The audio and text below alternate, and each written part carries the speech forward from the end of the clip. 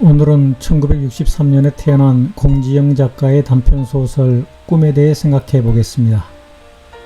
소설에는 세 사람의 예술가, 즉 소설가인 나, 영화감독인 박씨, 음악감독인 김씨가 등장하고 세 예술가 모두 새로운 작품을 내놓지 못해 스트레스를 받고 있습니다. 한편 소설가인 나의 남편은 대학 시절 운동권에 몸담았다가 감옥에 다녀온 후로 노동 현장에 투신했지만 이내 해고되었습니다. 그런데 2년 전 어느 날 그는 느닷없이 큰 회사에 취직을 해버린 겁니다. 이제 우리는 신도시에 분양받은 28평짜리 아파트에 삽니다. 아침이면 그는 넥타이를 메고 출근을 합니다. 처음에 저를 만났을 때 그는 말했습니다. 옳다고 믿는 걸 버리는 건 죄악이야. 취직을 하면서 그는 말했습니다. 좀 더 장기적으로 봐야 해. 그런데 요즘 그는 말합니다. 올 여름엔 동남아로 한번 떠나보는 게 어떨까? 가끔 출근하는 그의 뒷모습을 보고 있으면 그의 목덜미를 낚아채고는 발아가듯 말하고 싶은 충동을 느낍니다. 물어내, 내 세월. 내가 가졌던 꿈 물어내.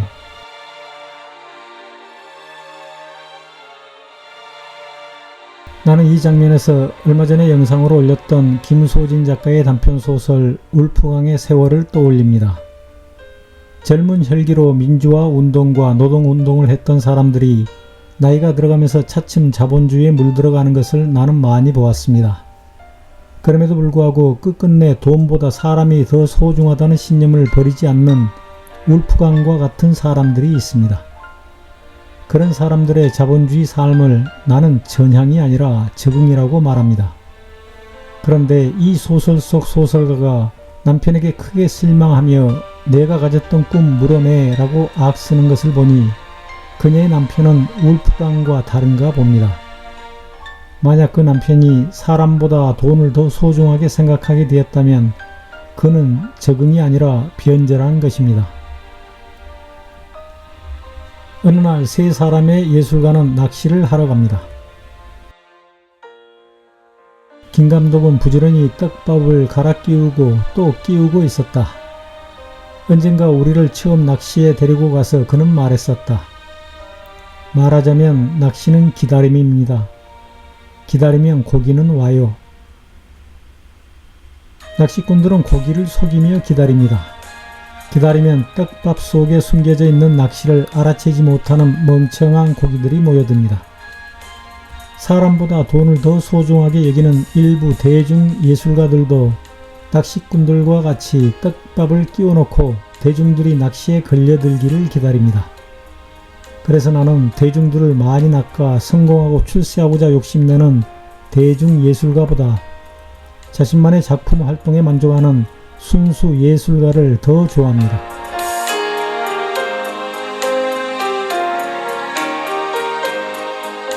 내가 좋아하는 예술가 반 고흐가 이렇게 말했습니다.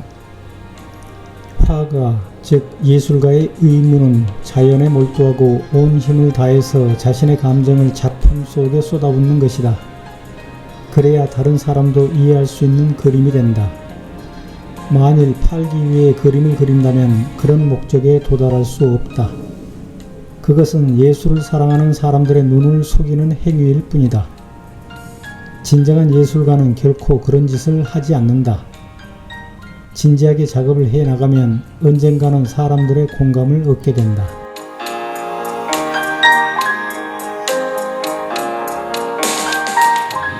위아래가 없는 나는 성공과 출세가 남들보다 높은 위치에 올라서는 것이라고 믿는 모든 사람들을 비웃습니다.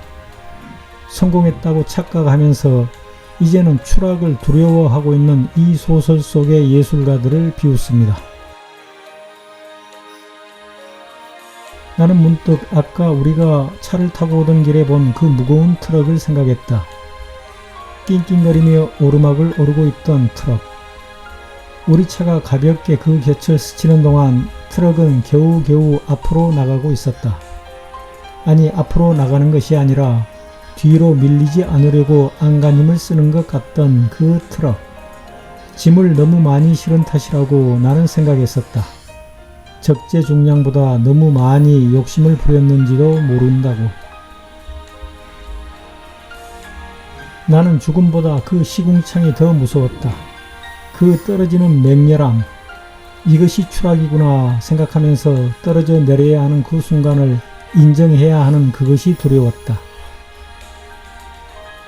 전혀 통하지 않는 언어로 혼자 중얼거리는 꿈, 운전을 하지 못하는 내가 가파른 절벽길로 차를 몰고 가는 꿈, 길은 멀고 가파르고 험한 꿈, 그 중에서도 특히 많이 반복되는 것은 운전에 관한 꿈이었다.